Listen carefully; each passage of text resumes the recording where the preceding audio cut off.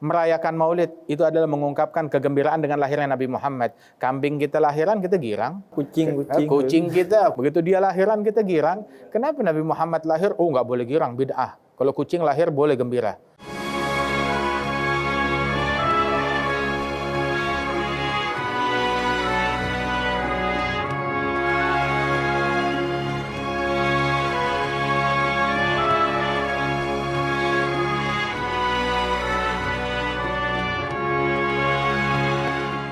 Walaupun belum sempurna, kita belajar. Kan kadang orang bilang bahwa Habib, saya ini masih belum sepenuhnya bisa mengikuti Nabi Muhammad, masih belajar mengikuti Nabi Muhammad. Itu gak ada masalah ya Habib.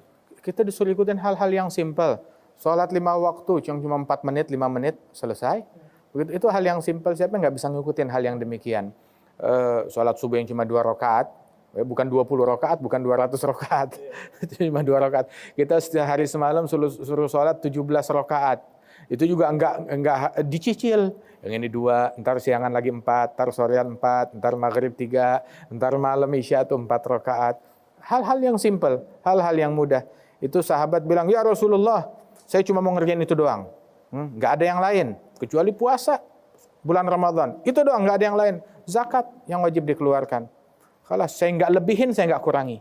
Bilang, kalau begitu kamu beruntung dan masuk surga. Walaupun seperti itu, tapi jangan dikurangi. Hal yang demikian itu. Kemudian kita nggak bisa seperti Nabi Muhammad, kita belum sempurna. Ya kalau kita nggak ngikutin Nabi, kapan kita sempurnanya? Makin jauh dari kesempurnaan kalau kita nggak ngikutin orang yang sempurna. Kita nggak sempurna, tapi kita mengidolakan dan mengikuti manusia yang paling sempurna. Kita makan seperti cara makannya Nabi, nggak makan waktu. Minum seperti cara minumnya Nabi, tidur seperti cara tidurnya Nabi Muhammad, lebih sehat, lebih baik buat kita sekalian. Gaya hidupnya Nabi kita jalankan, kita ikuti. Jadi bukan hanya di akhirat bahkan, tapi di dunia kita mendapatkan kesehatan. Jadi kalau ada kalau protokol COVID hanya sebatas saat COVID, kalau ada protokol yang sepanjang masa itu ya protokol Rasulullah Sallallahu Alaihi Wasallam. Kita dalam situasi COVID seperti ini, pandemi seperti ini, sehari berapa kali cuci tangan? Sampai harus diajarin cuci tangan, basuh, sekian detik. Diputar kita dalam sekali wudhu, ketika kita berwudhu, sebelum ritual wudhu, kita suruh basuh tangan di luar kolam, di luar bak air, kita suruh basuh tangan 3 kali. Kemudian dalam ritual wudhu ada basuh wajah dengan seksama, basuh tangan dengan seksama, basuh kaki dengan seksama, mengusap kepala dengan air 3 kali. Telinga itu disunahkan itu sampai 15 kali. 15 kali di dalam satu wudhu. Begitu. Dalam satu wudhu itu tangannya aja tuh yang dibasuh ada 6 kali. Tangan yang dibasuh 6 kali, berikut sela-sela jari disunahkan oleh Nabi Muhammad SAW. Dalam satu wudhu 6 kali. Dikali 5 minimal, 5 waktu. 5 dikali 6 30. Sudah 30. Belum lagi kalau kita sholat duha, belum lagi kalau kita sholat witir, belum lagi saat kita mau perjalanan, kita mau jaga wudhu, belum lagi saat kita mau tidur, kita berwudhu. Dan kebersihannya Rasulullah istinsyak, kumur-kumur. Sekarang dalam protokol kesehatan belum ada yang namanya kumur-kumur. Baru cuci tangan doang, mana cuci mukanya? Mana kumur-kumurnya? Mana lagi yang namanya istinsyak, menyedot air dengan hidung, masukkan air ke hidung dan menghembuskannya. Nabi bilang, baligh fil madmadati wal istinsyak. Menghirup ketika kumur-kumur dan menghirup air ke hidung itu, hirup dengan dalam. Kecuali engkau dalam keadaan berpuasa. Dan hembuskan lagi dengan kuat. Ini kebersihan. Dan membersihkan kuman dan kotoran. Ini filter kita yang di hidung. Kapan kita terfikir untuk membersihkannya? Cuma syariat Nabi Muhammad yang demikian sempurna ngajarkan sampai sejauh ini. Sallallahu alaihi wasallam. Habib Jindan, ini ada pemirsa di rumah yang bertanya melalui video, Habib. Kita simak dulu pertanyaannya, Habib. Assalamualaikum warahmatullahi wabarakatuh. Saya ingin tahu lebih tentang bid'ah. Bagaimana kita tahu sesuatu itu bid'ah atau bukan? Dan bagaimana hukumnya kita tetap menjalankan bid'ah karena mungkin sesuatu yang dianggap bid'ah itu sebetulnya baik. Terima kasih. Oke, itu dia pertanyaannya. Kayaknya orang ini Habib nggak khawatir kurang, khawatirnya lebih Habib. Masya Allah. Khawatirnya lebih katanya. Khawatirnya melebihi atau tidak sesuai dengan yang diajarkan Nabi Muhammad. Nah, untuk membedakan itu Habib, sesuatu itu orang ini khawatir itu, oh ternyata ini sudah berlebihan, ini sudah bid'ah gitu, tidak sesuai dengan Nabi Muhammad. Nah, untuk membedakan sesuatu ini sudah bid'ah atau ini sunnah itu seperti apa? Bid'ah tersebut adalah, kalau kita mau bahas tentang masalah ini kayaknya perlu 1 jam. Nggak cukup dijawab untuk 2-3 menit ini. Lakin ala kulli hal, bid'ah itu bukan berarti sesuatu yang baru. Di zaman Nabi nggak ada pesawat, tapi kalau kita pergi haji naik pesawat, kan haji ibadat. Kalau kita perginya naik pesawat, bid'ah dong. Di haji juga menjalankan protokol kesehatan yang seperti ini. Di zaman Nabi nggak ada seperti itu, bid'ah dong semuanya. Masker kagak ada di zaman Nabi Muhammad, bid'ah dong itu semuanya. Lah, bukan seperti itu. Ya, artinya yang bertentangan dengan sunnahnya Nabi Muhammad, yang bertentangan dengan ajaran Nabi Muhammad, walaupun itu ada di zaman Nabi, daripada hal-hal yang mungkar, maka itu adalah bid'ah. Itu adalah bid'ah yang tidak masuk di dalam syariatnya Rasulullah dan bertentangan dengan ajarannya Nabi Muhammad, maka itu adalah bid'ah. Buka-bukaan aurat, zaman Nabi ada. Tabarruj jahiliyah, ada di zaman Nabi Muhammad, tapi itu adalah bid'ah. Di zaman Nabi bid'ah, di zaman kita pun juga bid'ah. Bukaan aurat tersebut dan hal yang sejenisnya dan hal yang semacamnya. Tapi selama itu masih ada di dalam koridor syariat. Misalkan maulidnya Nabi Muhammad dikasih tahu ya, almar'u aduwwun majahil. Orang adalah musuh dari kebodohan dia sendiri. Dia memusuhi sesuatu yang dia nggak tahu. Padahal kalau dia tahu apa sih sebenarnya maulid? Merayakan maulid itu adalah mengungkapkan kegembiraan dengan lahirnya Nabi Muhammad. Kambing kita lahiran, kita girang. Ayam kita bertelur, kita girang. Kucing kita, begitu dia lahiran, kita girang. Kenapa Nabi Muhammad lahir? Oh, nggak boleh girang, bid'ah. Kalau kucing lahir, boleh gembira. Tapi kalau Nabi lahir, nggak boleh gembira. Itu namanya bid'ah. Siapa yang bilang begini? Bergembiralah dengan kelahirannya Rasulullah.